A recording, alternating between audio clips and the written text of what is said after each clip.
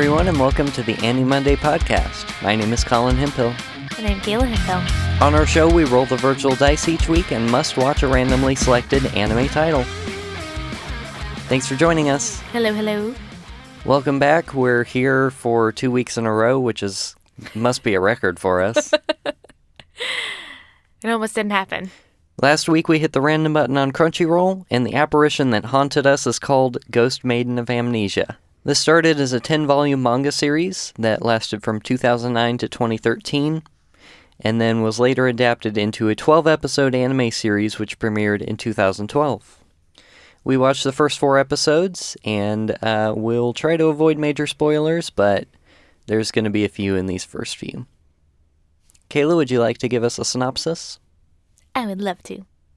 Seikyou Private Academy's campus has become a labyrinth of hallways, dead-end corridors, and abandoned classrooms.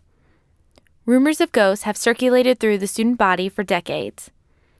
When Teiichi meets a strange girl named Yuuko in the maze of old buildings, he finds out that the stories have been true all along. When we rolled this show last week, we had some fear that we might be encountering our first real horror show that we've come across on AniMonday. Kayla was afraid. Sure.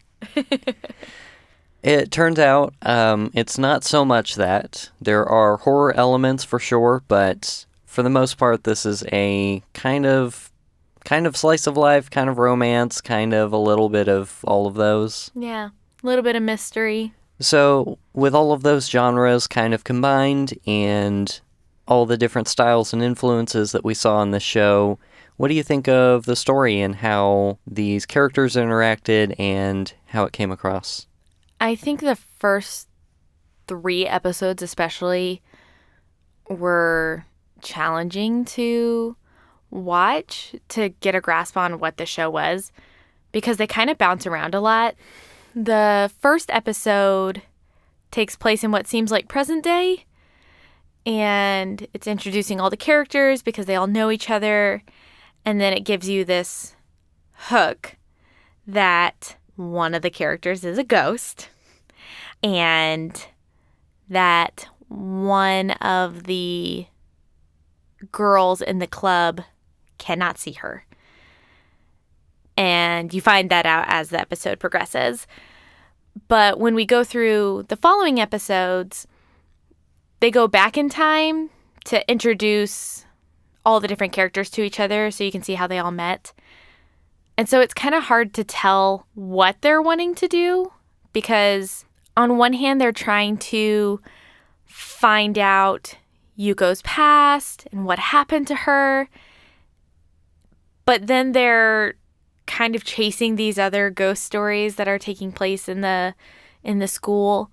And it wasn't until we got closer to episode 4 that it felt like it was starting to get back to the original premise of finding out what happened to Yuuko and finding out what's really going on at the school. So I felt like we just went on a few different rabbit trails for the first few episodes, and we haven't gotten to the actual storyline yet.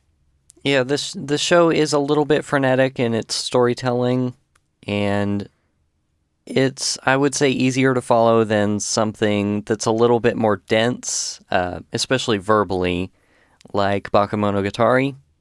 But it shares some similarities with that, and I'm sure we're going to talk about that a lot. But you had mentioned kind of the way that they set up the first episode, and I wanted to touch on that a little bit more, because I thought this was a pretty fun hook. And you had said they kind of introduced the idea that one of the main characters of the show is a ghost, and one of the other characters is not able to see her. So this concept is introduced with the one character who can't see the ghost sitting in the club room alone, or so she thinks, and all of these weird things are happening around her, like cups are moving and her stuff is being moved around and she's oblivious to it, which is kind of that character's quirk, and we'll talk about her later, but they get to the point in the show where you would have a commercial break, and they come back and it's the exact same scene all over again from the very beginning. except this time you're able to see the ghost as well as the viewer. And so all of these things that were taking place that didn't quite make sense start to, and you're able to piece together more what was actually happening.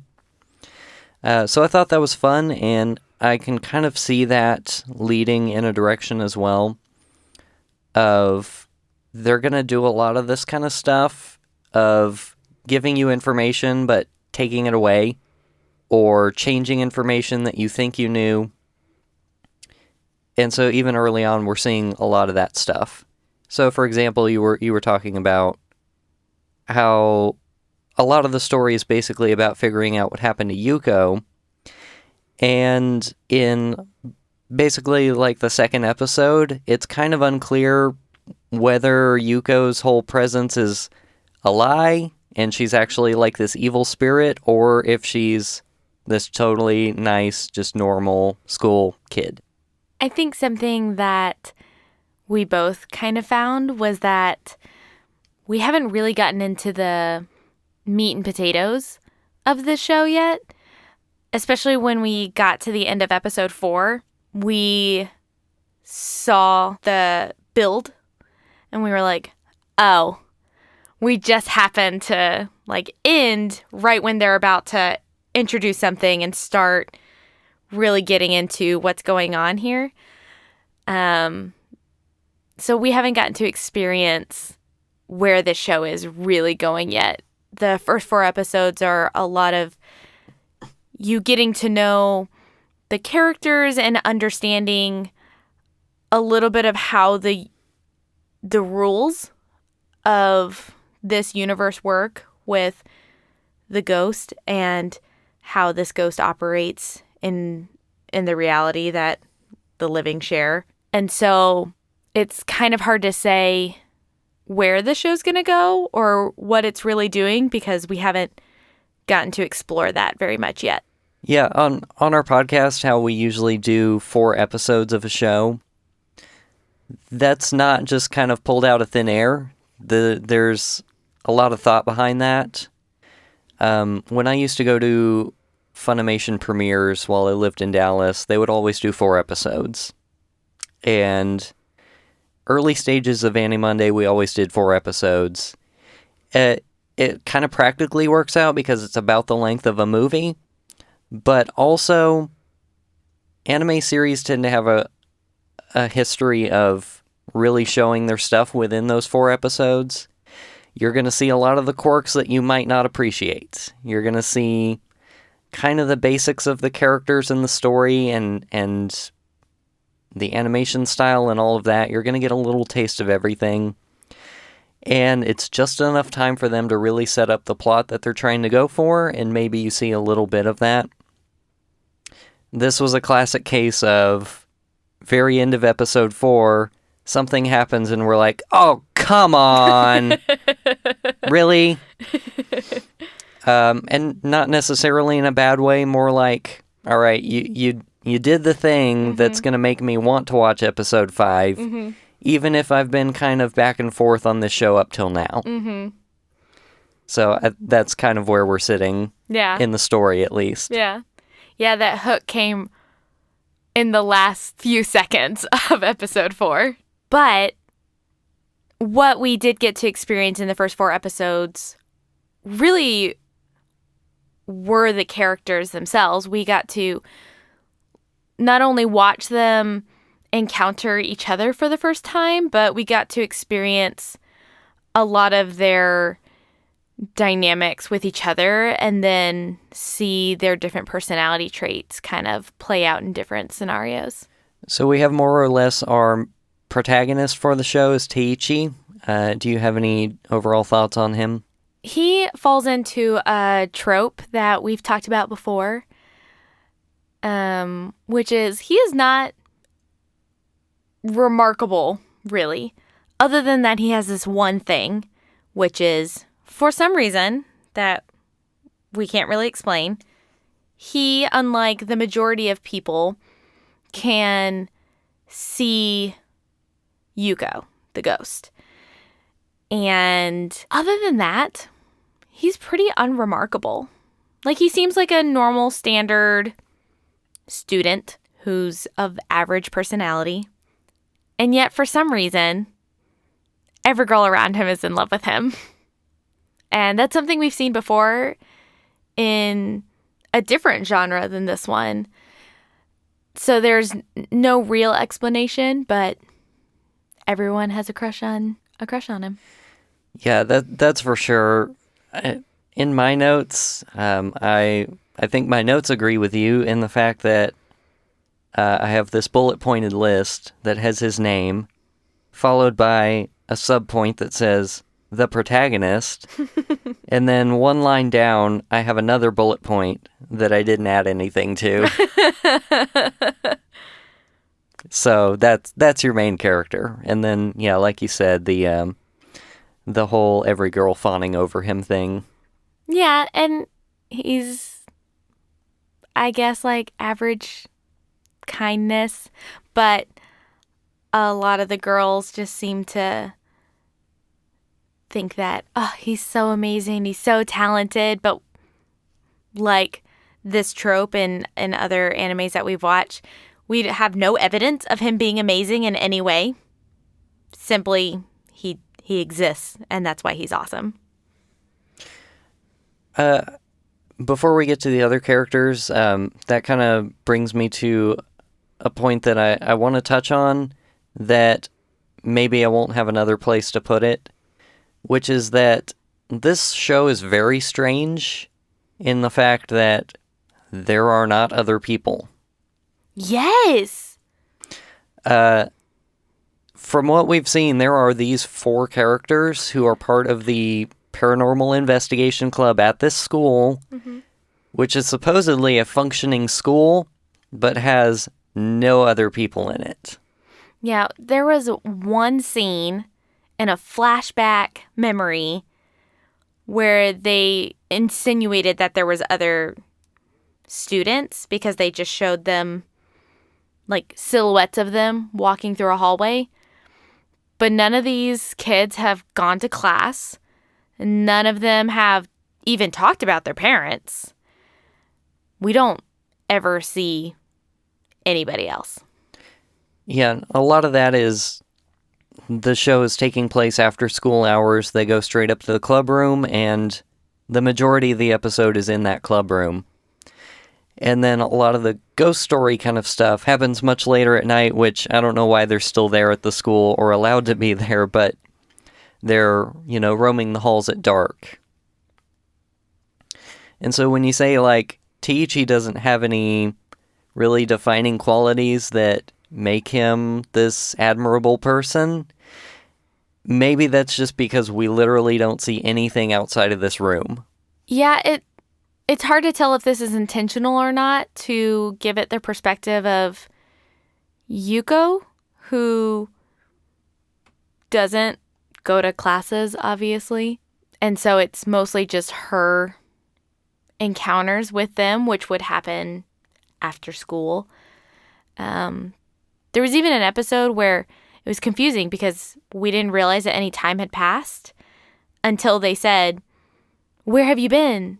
And Teiichi was like, "It was summer break. I'm sorry that I was gone." And we're like, "Oh, apparently it was summer break. We didn't even know." Yeah. All right, so the character that we have touched on quite a bit, which is our ghost, is Yuuko. And you kind of talked about how there are a lot of legends about Yuuko, and we're kind of just now piecing together what's true, what's not true. And like one thing we figure out about her is that her actual literal bones are still buried under the school. Yeah, that was a fun discovery. And they're not even like, in a grave or something. They're just kind of hanging out in a basement. Mm-hmm. And you're thinking, how have these survived here for the past 40 years without someone like, oh, there's a dead person down here. Should maybe open an investigation about this or at least remove them? Their only explanation has been that this school has this weird architecture to it in that they keep building new buildings, and so There's been random buildings that have just gone like out of commission because they built a new building, and so there's several like hallways that lead nowhere because they built another building like straight through that area, or complete buildings that have just been abandoned, and this building that her bones are in has been abandoned. So that's the only explanation we're really given, is that they just built more school somewhere else and they just left her and that building to quite literally rot.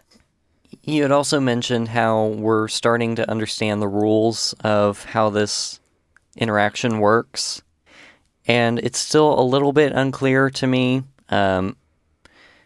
but you had said Teiichi has the ability to see Yuuko, and he's not the only one. The other character we'll get to soon is actually related to Yuuko, and that's part of the reason that she is able to see this character.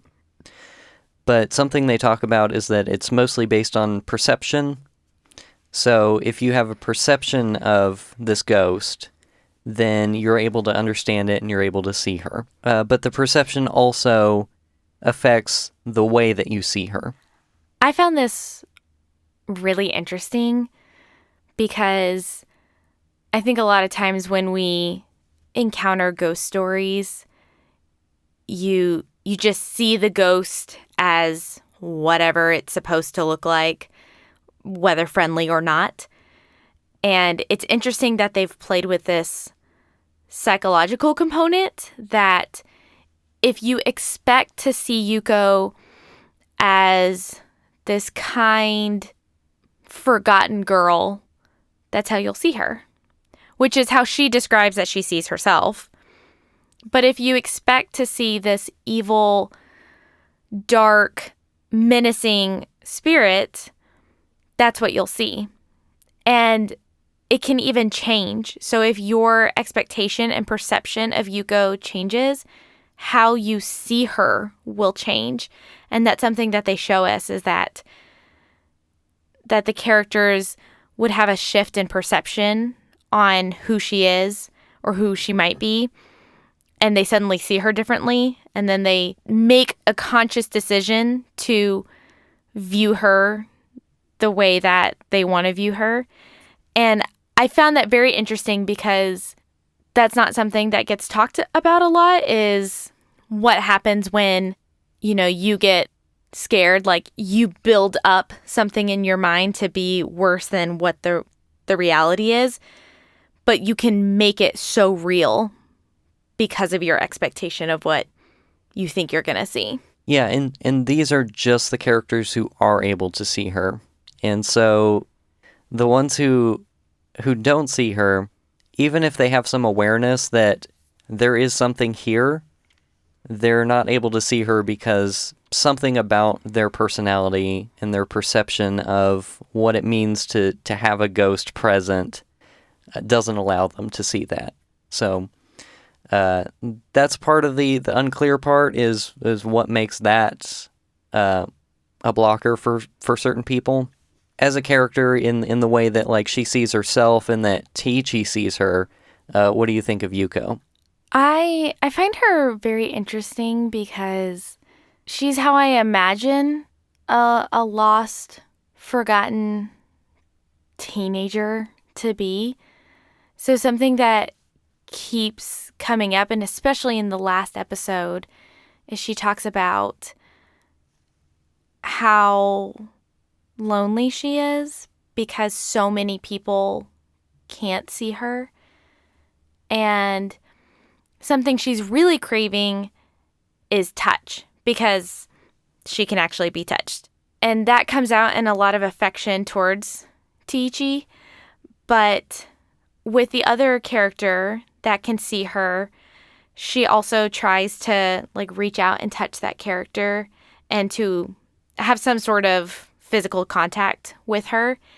And that character constantly rejects Yuuko. And you can see how much it bothers her. I'm really impressed with the way that they built out this fully fleshed character, that she's not just like a vengeful spirit trying to figure out what happened to her. She actually doesn't seem to really care what happened to her. She's just trying to experience life again.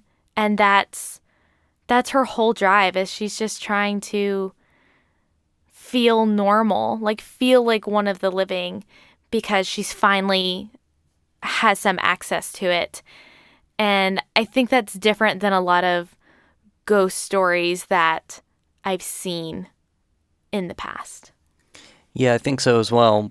In fact, one of the normal things that she does to try to gain that sense of normalcy back is that she becomes the club president of this paranormal investigation club, which for the majority of the show, it's pretty lighthearted, it's pretty playful, and there's just kind of like this false sense of dread behind everything, which is a lot driven by the character who can't see her because she's just freaking out about this ghost that she can't see. Yeah. But Yuuko is the club president, and she never shows up to the meetings because she's invisible. So when Teiichi is trying to explain to the other character who can't see her why she's never there, he always pretends to get a phone call, and then they just have a conversation back and forth on the couch. Yeah. And are like, "Oh, you have a cold today? Sorry to hear that." Yeah, so I think we should talk about this character, because I think they do a lot of fun things with her, even though she's pretty one note in how she is. So her name is Momoe, and like we've been talking about, she cannot see Yuuko, and she gets caught up in these ghost stories because she was like playing a game, like a ghost game with some of her classmates and got freaked out. And she ends up becoming smitten with Teiichi because he solves it for her, which was basically just being like, "Oh, we found your doll. You're not actually haunted. Okay, bye." But she's really there for comic relief more than anything. But they do it in a way that is kind of endearing. And you had mentioned before that she's the character that they use to flip that perception of what is actually going on with the ghost from somebody who can't see it and then the people that can. Yeah, this character is like obsessive about research, and she seems to be the only member of the club who actually like does any paranormal investigation. The others are just kind of like hanging out with Yuuko and like figuring her out as a character and as a person. And then Momoe is like trying to figure all of this stuff out about the school and its history and these legends without the context of Yuuko, who is right there, and she could like ask her about it. Mm-hmm. But she's not in on the secret. Mm-hmm. And as a like comic relief character, this usually plays out in her being completely freaked out by everything that is nothing. Mm-hmm. You know, the like stereotypical tree branch scratching at the window kind of stuff. Like, that's the stuff that terrifies her. But when Yuuko is like walking around the room holding her stuff and levitating things and all of that, she's completely oblivious to it.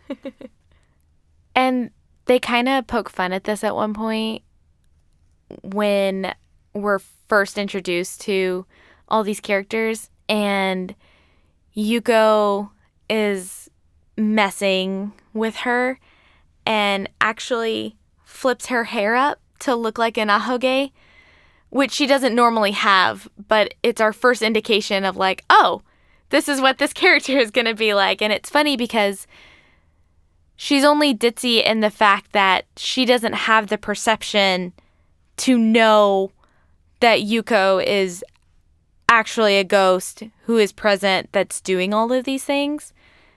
So it's only by lack of perception that she's ditzy. And they do poke fun of that. And I think it works in a way that makes the character endearing when she could potentially be annoying. Yeah, and I think they do a pretty good job with that balance. So the fourth member of the Paranormal Investigation Club is Kyrie, and she is the other member that can actually see Yuuko. And we find out later it's because she has a familial connection to Yuuko, in that Yuuko is her great aunt, her grandmother's sister. Right. Yeah, and I think as a result, between hearing all the legends, just being part of the school, and then having this family connection with Yuuko, that triggered her perception of being able to see and witness this character. But her intention going in was, this is evil. This is a malevolent spirit, and everything that I'm going to encounter when I start digging into this is going to be against me.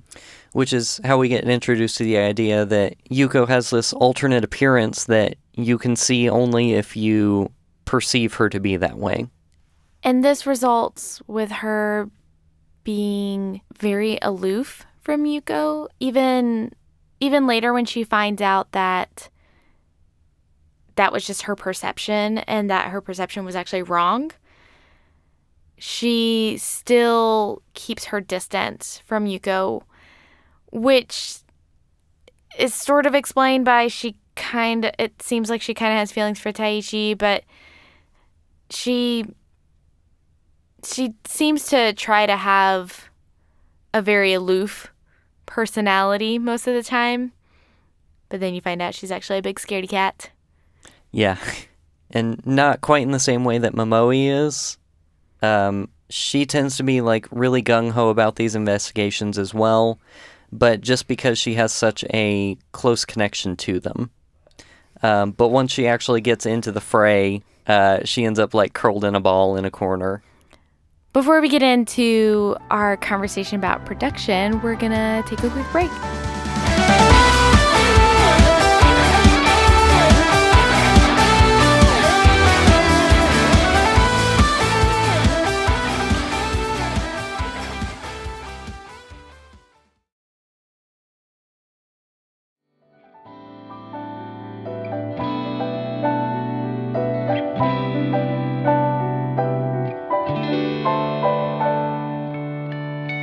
And welcome back.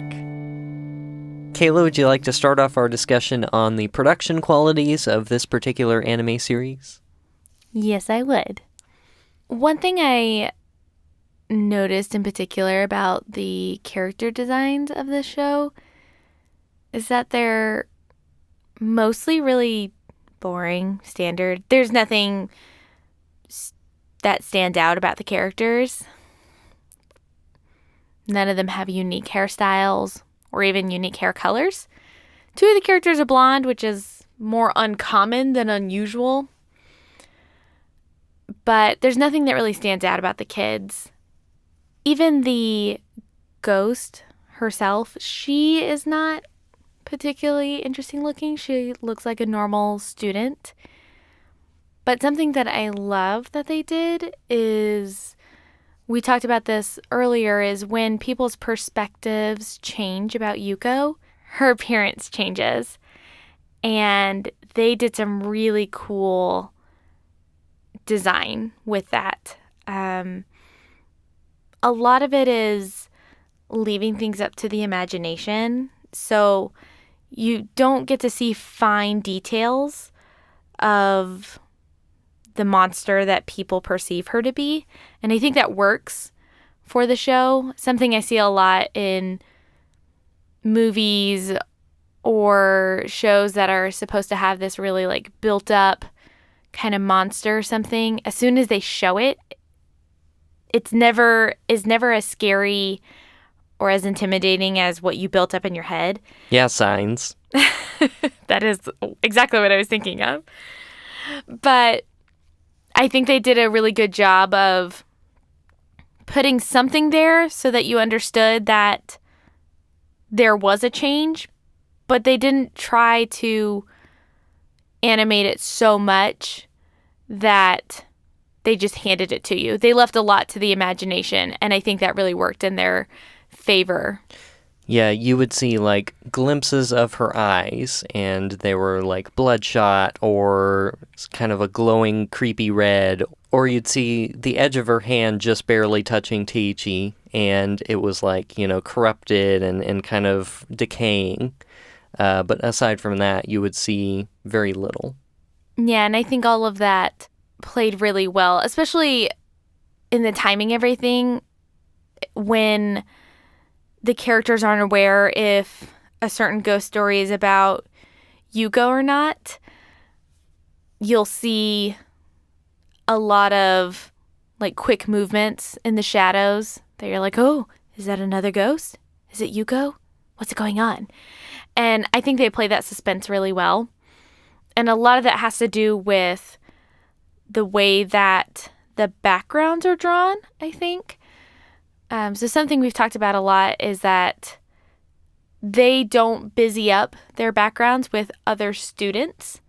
So everything is about these decrepit labyrinth of hallways and buildings that they go to after their classes are done.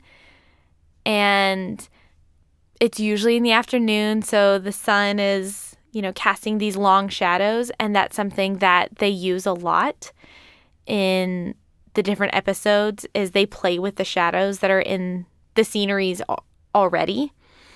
And I really enjoyed how much they use that to their benefit. Yeah, earlier I had briefly mentioned the Monogatari series, which is, of course, another show that we've watched for AniMonday.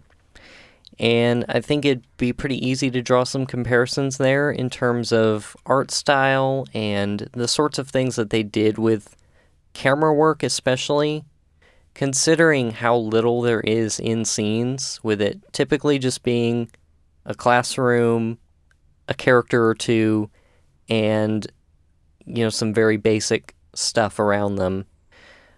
They would do a lot of interesting things with the framing and with coloration and things like that. So you'd get things like random sideways or upside down shots. You would get collapsing edges of the frames as, you know, your perspective shrunk in and you got like a 4:3 image instead of the full widescreen or something like that.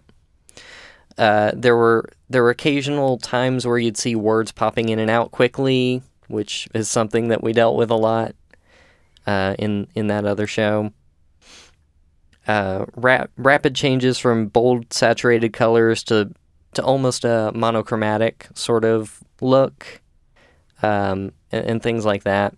I don't think it has quite the nuance that Monogatari had, but obviously that's something that show strives for, and I think this one's only kind of half doing that, just as a result of it not having a whole lot else going on.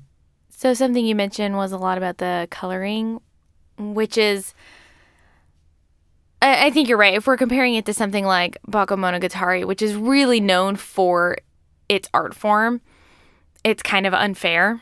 And so I'm going to compare it to a lot of other shows that we've watched. And I think they did a really good job of utilizing color. So I have two examples that I really loved. There's this one scene where they're staying the night at the school, and Yuuko is reading a guard's journal, and she reads something that's kind of shocking, and it pans out from her reading it, and the shadows form a kanji of this shocking thing that she reads. And it was this really cool use of the room and the lighting in that room to really emphasize just how dramatic this was for her. And another scene is, I don't remember if it's the same episode or not, but Yuuko and Teiichi are swimming in the pool, and I guess it's nighttime, and they're having this conversation, and it's actually a big character development. You're learning a lot about Yuuko and why she's struggles so much, her desire to be noticed by people, to be recognized, and to feel alive. And the night sky is this really vibrant color. It goes from these kind of vibrant blues and purples, and then it shifts back down to her, and she shares some more stuff. And then as you pan back up to the night sky, it shifts to these greens, and they're really bold. And I just thought it was really interesting how much they used those colors to depict this thing that she's sharing, these emotions that she's sharing. And it's just that attention to detail that I don't think we get in a lot of shows. And I think this show did a pretty good job of portraying that. One thing that they also did a few times is that whenever Momoe was sharing a legend that she had learned about the school or about their town, they would often present those scenes in sort of a traditional Japanese painting style. I'm not familiar with a lot of Japanese art, so I don't know if there's a specific, like, school of art or, like, tradition or period that they were going for, but it's recognizable. It's the kind of thing that you would look at, and you've seen other paintings like that. Mm-hmm. And they were pretty simple. They did it in, like, sort of a parallax thing where there were a few layers, and they would just create motion with those different layers. But I thought those were nice ways to show that and to break up the art style as well. Yeah, that's something they did a lot in the show, was try out different art styles. But the thing that I liked is that they did it consistently. So like you were saying, when she's sharing these legends, they have like a go-to art style, and then there's different art styles for different characters or different beats that are happening. So it does feel fluid and intentional rather than haphazard. We kind of talked about their character designs, but something I did want to touch on is that while it's true what you said, that like their features are pretty standard, there's nothing really unusual about the characters, there is something that I can't quite put my finger on about just the way that they're drawn in general that's a little off-putting, and I think it's intentional. Even like the first shots, which were all Momoe, she just looks like just a little bit creepy. Not like scary. And they still have kind of like cute anime styles to them. But there's just something a little bit off about the features or about the proportions. And I thought that was interesting as well. Some people might not see it that way, but when I first was exposed to the character designs, that was my initial impression. I totally know what you're talking about. I have not been able to put my finger on it either. I feel like it has something to do with their eyes, but it's not like an obvious thing like, oh, the eyes are too big or they're too small or they're something like that. But there is something about their faces that just seem a little unsettling. In terms of music, what I would say is that for the most part, there isn't anything that's like a memorable set piece or a really defined like theme that you can go to, for the score at least. And there were occasional parts where you would get the kind of playful, flirtatious side of Yuuko, where the music was just like cheesy and, you know, those were scenes where it was very clearly anime, whereas the rest of the show was kind of this weird horror thing. Mm-hmm. And so those scenes were meant to be different and a little bit cheesy. But the rest were subtle in a way that I think complemented the scenes pretty well. As well, the intro and outro music were pretty interesting. I found the intro and outro music to fit the genre really well, which is something I think we don't get to talk about a whole lot with shows. A lot of times they just have a generic song that they do. But both the intro and outro have this very eerie, dramatic kind of feel to them. And the animation that goes with them really ties into that. They have these really long, dramatic shots. They really play with the camera angles. And it's something that I think really fits the tone of the show and sets it up really well. As long as we're talking about the music and we kind of jump into our overall thoughts to wrap up our discussion, one thing that I do want to bring up is how buck wild the use of English in this show is. I knew you were going to bring this up. Yeah, so you can start with the title, of course. It's one of those things. I was talking to Kayla, like, I wonder if it's a job. It's an entire job description for you are the person that says, they don't really say that in English. And, like, that's your job as a consultant, is to say, well, I know that you know what these English words mean, but we don't really use them that way. Mm-hmm. And that's something we see a lot in this show. But the most notable example is the intro song, mm-hmm. which I would like to read the translated version of one of these verses. Yes, please. Okay, so parts of this are translated from Japanese, so you can take that for what it's worth. Maybe it just translates weird. But part of this is also in English. Burn myself. Not burn myself, burn myself. It doesn't come across without the commas. No. Burning and trying to hug is not a crime, is it? Exorcise the dark with fire, choir jail. Yeah. When they're singing this, the majority of that is all in Japanese until they sing choir jail. And it still doesn't make sense even in the English. So yeah, those are always fun. Obviously I don't fault them for it, but it's funny once it gets over here.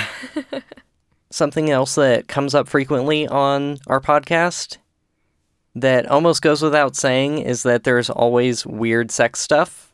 So 4 episodes in, we had a bathing suit episode. I mean, I guess they did mention that it was summer, but it went places that it had no reason to go. It was like their version of a beach episode. Yeah, but it's like a beach would have been too populated. And they can't have actual people in this show, so. Right. Yeah, that's something I wanted to talk about. It seemed like, with the exception of the first episode, the first few minutes of every episode has some sort of weird fan service thing that has nothing to do with the rest of the plot for the rest of the episode. And I was telling Colin, I think moving forward, we probably could have just skipped the first part of the episode and just gone through the intro music and then started the episode, and I probably would have been much happier. And it's not subtle. We've talked about some shows just kind of hinting at it, but it's pretty overt. The things that they're saying or doing or whatever. And there are little things throughout the show, but it seems strange that they have this pattern of the very first thing that you see in the episode is this weird, overtly sexual encounter. And then you watch the intro video and then you get into the episode and the rest of the episode is not like that at all. And so it was just kind of off-putting because if that's what you're going to encounter is you're either going to enjoy it and then be disappointed by the rest of the episode, or you're not going to want to watch the rest of it because you you think that's setting the tone. And it just felt really out of place and was not my favorite. Yeah, and that's not a precedent they set in the first episode either. I think there was maybe like one scene towards the end, but for the most part, the first episode was all that scene with Momoe trying to figure out that there was a ghost in the room with her. And I think that was a great way to set the show up, and every episode after that felt really out of place. Yeah, definitely. If I had to say something about the tone of the show overall, we talked about how it kind of does this genre blend between slice of life and horror and like ghost stories and legends and stuff like that. And I think generally it's a combination that they pulled off fairly well. They were able to keep this mystery and this interest in the history of the school and in Yuuko's past. And they were able to make that part interesting while still making the characters enduring, and you actually cared about them discovering this alongside you. Yeah, I would agree with that. I think they give you just enough of these rumors, of these legends, that you think maybe this is going to be a thing that's going to reveal something about Yuuko. And sometimes it does, and sometimes it doesn't. And I love that. I love that not every ghost story in the school actually has some little nugget that has to do with Yuuko. Like, sometimes it has nothing to do with her. And it's just something that people scared themselves with. But it's balanced with not doing the Scooby-Doo thing where all of it's just fake. There are times when you find out that, oh, this was Yuuko, or this does have something to do with her past, and you get a little bit closer to the mystery. And I think they balanced that really well and made it where you're very interested without it turning into a legend of the week, you know, sort of scripted, patterned kind of show.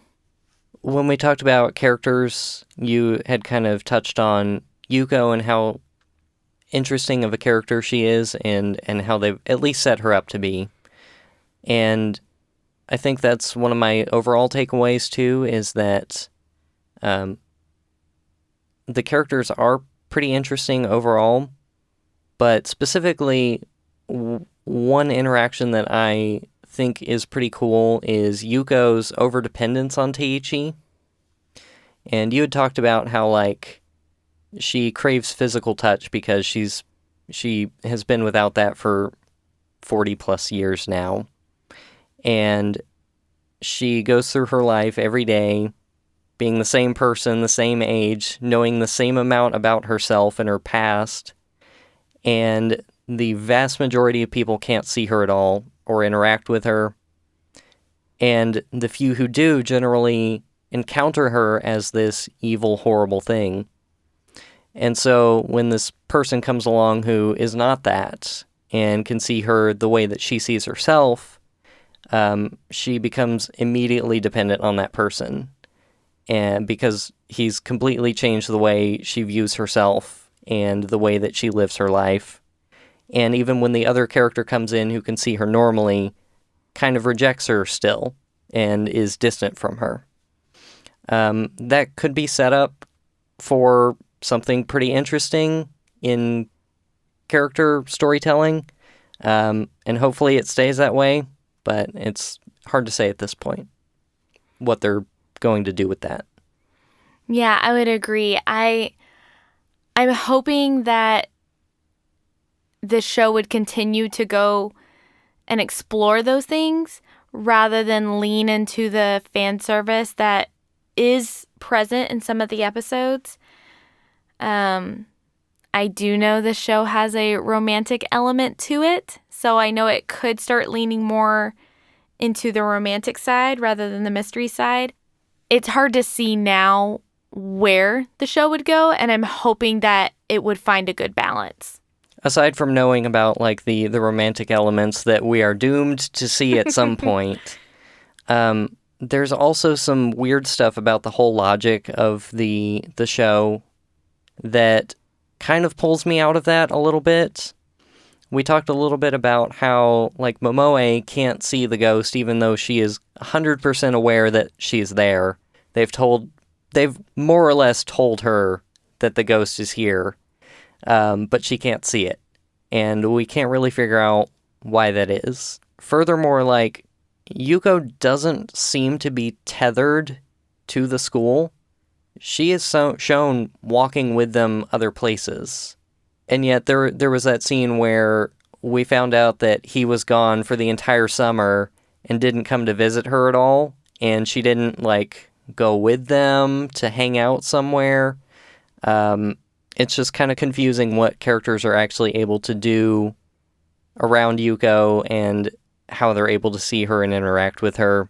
And I'm not really sure that they've leaned into Teiichi and his relationship with Yuuko so much as her relationship with everyone else that she encounters.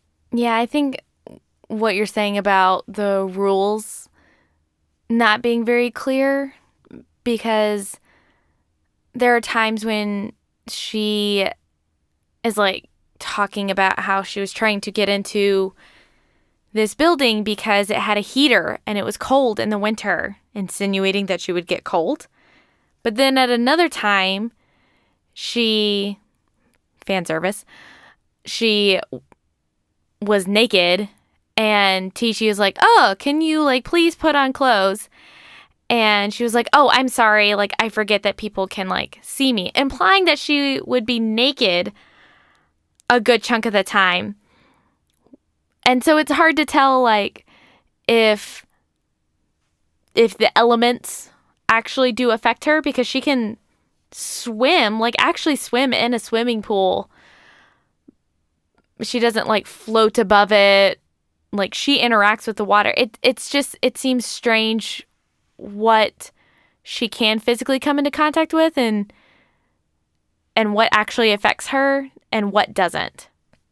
Yeah, that's all true, including, like, they tend to just throw rules in whenever they feel like it. So there's, like, a scene where Teiichi is on a cot and he's like, well, are you going to go to sleep? And she's like, no, ghosts don't need to sleep. And you're like, okay. So there's a new rule that I have to know. And I would not be surprised if that rule is thrown out the window, 3 episodes from now. Yeah. It's not that we've seen a lot of inconsistencies when it comes to the rules.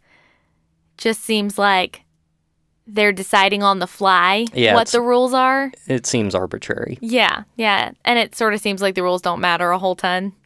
So with all of that said, Kayla, would you watch more of this show? I would. I would watch at least a couple more episodes because we got that hook right at the end of episode 4. They got me. However, I am worried about where it's going to go with the romance and the degree of fan service that's already there. If it stays at the same level, I'd be totally fine. I could either skip the first, like, minute of the episode or just, accept that it's just part of a overall, like, decent show. If it starts to become more and more prevalent, I think I would quickly lose interest in the show. So I'm willing to give it a couple more episodes and see if they continue to use what they have, because I do think it's very interesting. And I'll make another decision then. Yeah, I'm going to say maybe for a lot of the same reasons. I'm super not interested in a ghost love square. I just don't care.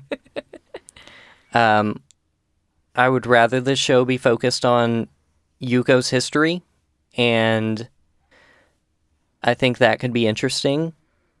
I also am worried, though, that is a pretty shallow pool to draw from, because if you, again, going back to the Bakemonogatari comparison, that show is a series of stories, and the main character will meet a different character, learn about them, and then you'll have a string of episodes about that thing, and it's usually this big, unusual mystery that you're unpacking through all of that. And so far, this show seems to be just about building lore about the school. And it's already so ridiculous that this school has this much weird history to it that I think if they keep digging in there and saying, well, also this ghost story happened, and also there's this crazy, like, monument or demon thing or, like, voodoo doll or whatever, artifact they want to find that is attached to Yuuko or attached to the school, I think that's going to get old and boring fast. All right. Well, I think that wraps us up for this week. If you want to learn more about our show, you can visit our website at animonday.moe. That's animonday.moe. You can send us questions and comments to podcast@animonday.moe. And you can find us on Facebook and Twitter. Our username is AniMondayCast, and you can find links for that on our website. Thank you so much to Crunchyroll for all of the anime that you provide, and for the random button, which produces those wonderful and wonderfully terrible results. If you want to follow along with us each week, we'll have a link to the current title on our website and social media so that you can watch what we're watching. Finally, thanks to C2A for providing the intro and outro music for our show, which you can find on his Bandcamp under the title Senpai EP1 and Senpai EP2, The Noticing. And in case you are just joining us, we are going to be at Anime CTX over Memorial Day weekend. It's coming up real soon. So I believe there's still tickets available that you guys can get. As soon as we know what day and time that we're speaking, we'll be sure to let you guys know so that you can come say hi and you can come see the show. Yeah, it's going to be a lot of fun. Yeah. They've already announced a few of the guests, and I think they'll be putting the calendar together pretty soon, so we should be able to figure out when we'll be on. Yeah, it's going to be a lot of fun. Colin, are you ready to roll? I think so. Let's do this. All right, random button in 3, 2, 1. The anime for this week is Hamatora. Okay. And the first episode is called File 1, Egg of Columbus. I think there's some detective stuff in this. Yeah, it would probably seem so. Oh, yep, definitely. It's a cop show. Great. Yeah, it's a cop show. Cool. All right. Well, that'll be a first for AniMonday. Yay, police dramas. All right, I think that's going to do it for us this week. Thank you all for joining us. We'll see you all next time. Bye. Bye.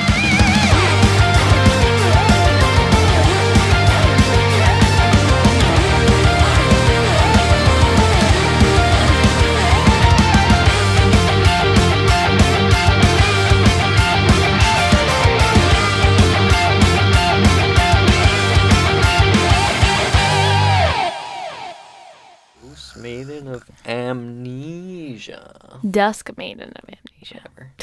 I know, I keep saying Ghost Maiden too, but it is Dusk.